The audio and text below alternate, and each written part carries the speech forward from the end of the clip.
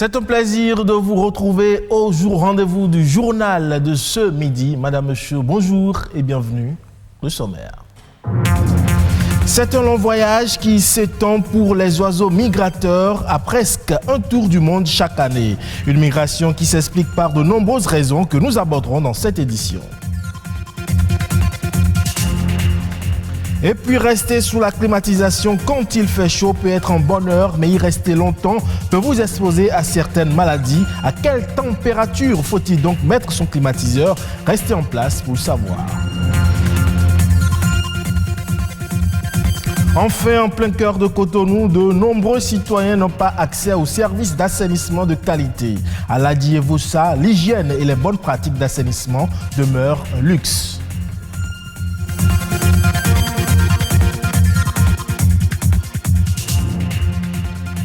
À nouveau, bonjour. Ils n'ont pas de boussole ni de GPS cachés dans leur plumage. Et pourtant, ils parviennent à accomplir chaque année de longues et complexes migrations. Eux, ce sont les oiseaux migrateurs. Ils peuvent parcourir pendant des semaines et parfois même pendant des mois des milliers de kilomètres. En cause, le froid, le manque de nourriture ou encore le besoin de se reproduire. Amandine Agnambossou nous donne un peu plus de précision à travers cet élément.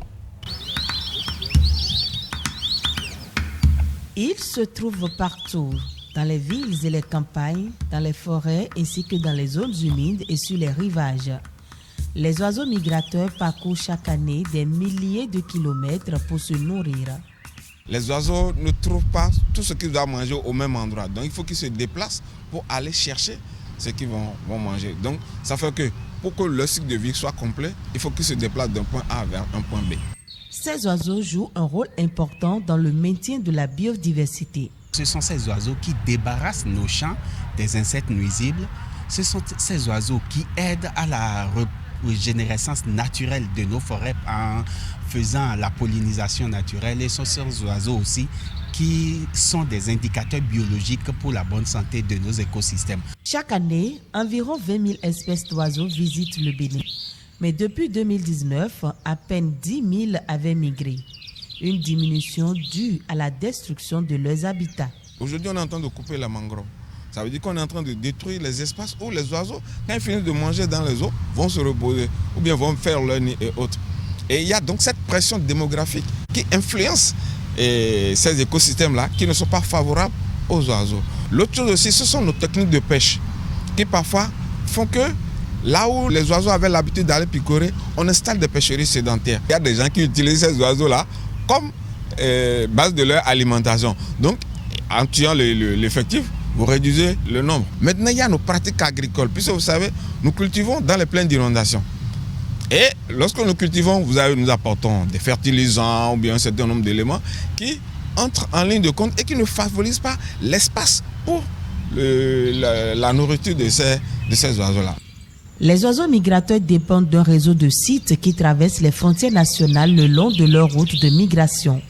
Il est donc important de mener des actions concrètes afin de les protéger. On ne dit pas qu'il ne faut pas utiliser, mais il faut utiliser de manière intelligente. Donc il faut que nous tous nous mettions ensemble pour que nous puissions trouver quels sont les moyens, comment nous allons faire pour que nous puissions concilier et la gestion de l'homme et la survie des oiseaux. Donc le plan d'aménagement doit tenir compte de l'ensemble de ces paramètres-là pour qu'on puisse voir comment nous faisons pour maintenir la biodiversité. Nous devons contribuer à leur survie en sauvegardant leur habitat naturel, en protégeant leur habitat naturel et en faisant de sorte à ne pas trop avoir d'impact négatif sur ces oiseaux puisqu'ils contribuent à la survie des écosystèmes dont nous, humains, nous dépendons.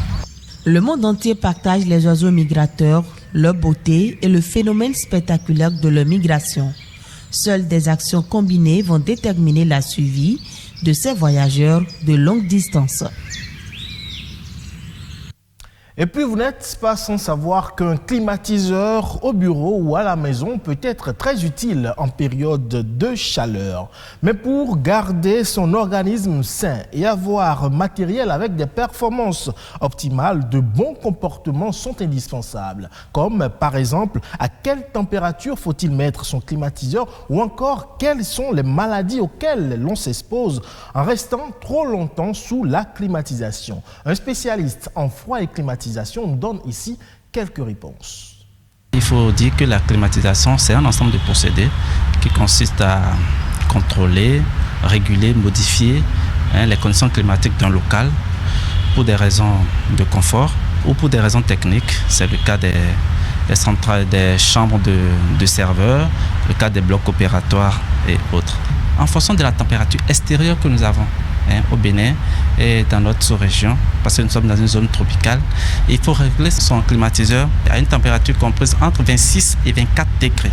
Généralement, le climatiseur même est conçu pour fonctionner 8 heures de temps d'affilée, mais vous pouvez rester beaucoup plus longtemps. Si vous réglez votre climatiseur à 28 degrés, voilà que la température extérieure est déjà de 30, l'organisme, le corps humain est autour de 36, vous allez beau rester longtemps, ça ne vous dira pratiquement rien. Parce que l'écart de température entre l'extérieur et le local est tellement réduit que l'organisme arrive à gérer facilement cette petite fourchette-là. Mais c'est quand les écarts sont beaucoup trop grands que cela crée des problèmes de santé. Et, entre autres, les maux de gorge, le mal de tête, le nez qui coule parfois pour certaines personnes. Vous allez voir que votre peau est desséchée. Vous n'allez pas avoir le confort. Autre chose, il ne faut pas allumer son climatiseur et laisser les portes et les fenêtres ouvertes. Ça ne vous servira à rien. Les déperditions iront tout de suite vers l'extérieur et en fonction du local dans lequel vous êtes, vous allez voir que la température n'est toujours pas atteinte et le compresseur va fonctionner plus longtemps. Et maintenant, lorsqu'il y a personne dans les locaux sont vides, il faut arrêter le climatiseur. Vous savez, et tous ces trois éléments combinés vous font baisser considérablement en consommation d'énergie et du coup, vous allez avoir le confort qu'il faut et à un prix juste. Vous n'allez pas avoir des factures qui seront exagérées à la fin du mois. Et je le disais dans les titres, à Cotonou et plus précisément à Vossa et à Ladi, les services d'assainissement de qualité sont inexistants. Le nombre de latrines est insuffisant pour répondre aux besoins des populations et les quelques-unes érigées pour desservir les habitants sont en grand nombre mal entretenues et dressent ainsi le lit aux microbes et à des maladies opportunistes. Suivons ce reportage pour en comprendre un peu plus. Nous sommes ici à Ladi, le quartier le plus peuplé du 6e arrondissement de Cotonou. La population avoisine 12 000 habitants et souffre d'un mal permanent d'absence de latrines. Dès le recasement, nous avions constaté que beaucoup de latrines étaient construites sur la voie publique. Malheureusement, ces latrines ont été détruites. Toutes les latrines ont été détruites. 3 latrines pour 12 000 personnes. Ainsi se présente l'état des lieux.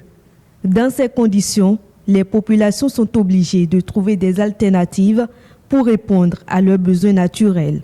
Nous n'avons pas de latrine à Ladi.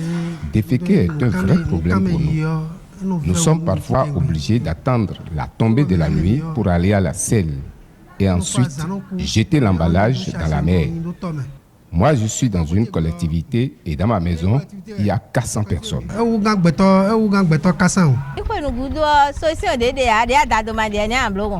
En l'absence de latrines, nous déféquons dans des sachets plastiques que nous jetons ensuite sur des tas d'ordures. C'est une triste réalité qui ne fait pas développer notre pays. Nous demandons aux bonnes volontés de nous doter de cette importante infrastructure.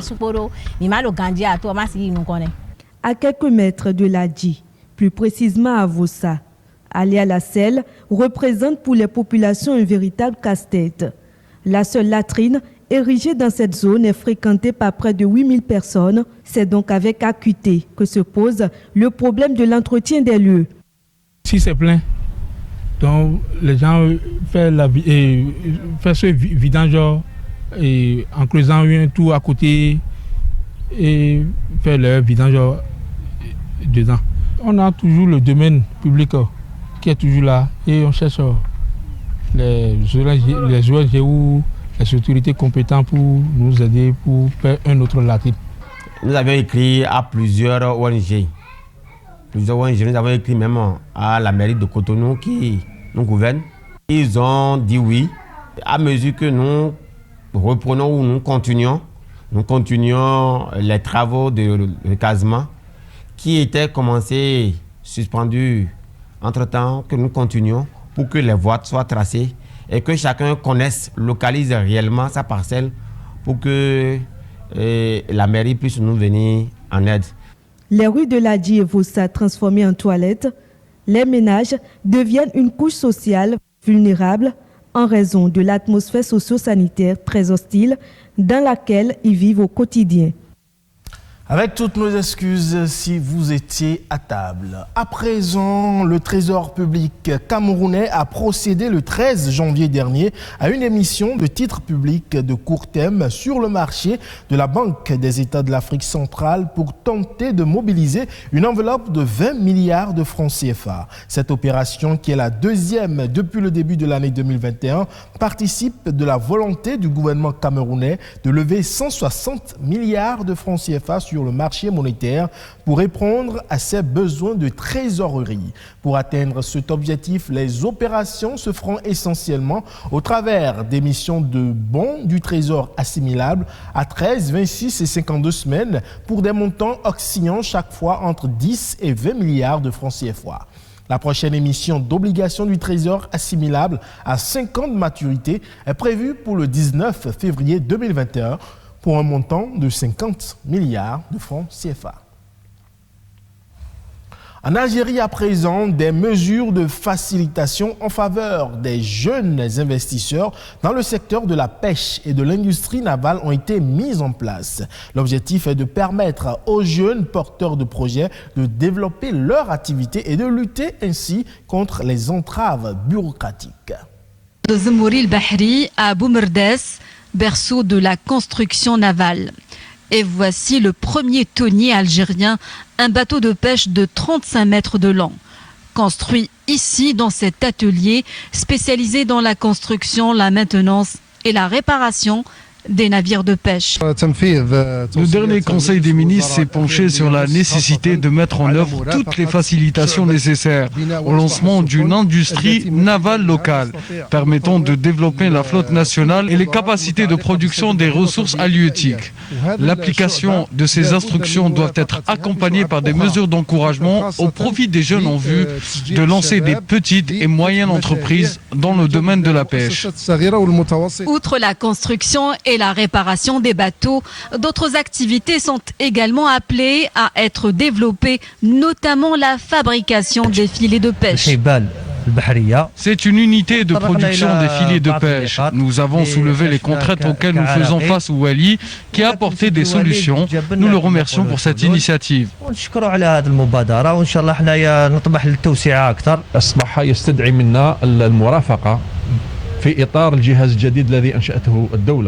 Nous allons accompagner les investisseurs dans le cadre du nouveau dispositif qui entrera en vigueur dans les plus brefs délais, à savoir l'Agence nationale de soutien aux start-up. Nous avons invité cette entreprise à l'extension de ses activités dans le cadre de ce nouveau dispositif. Et nous allons également l'accompagner avec le ministère de l'Industrie pour obtenir les agréments nécessaires pour promouvoir ces produits sur le marché national et international.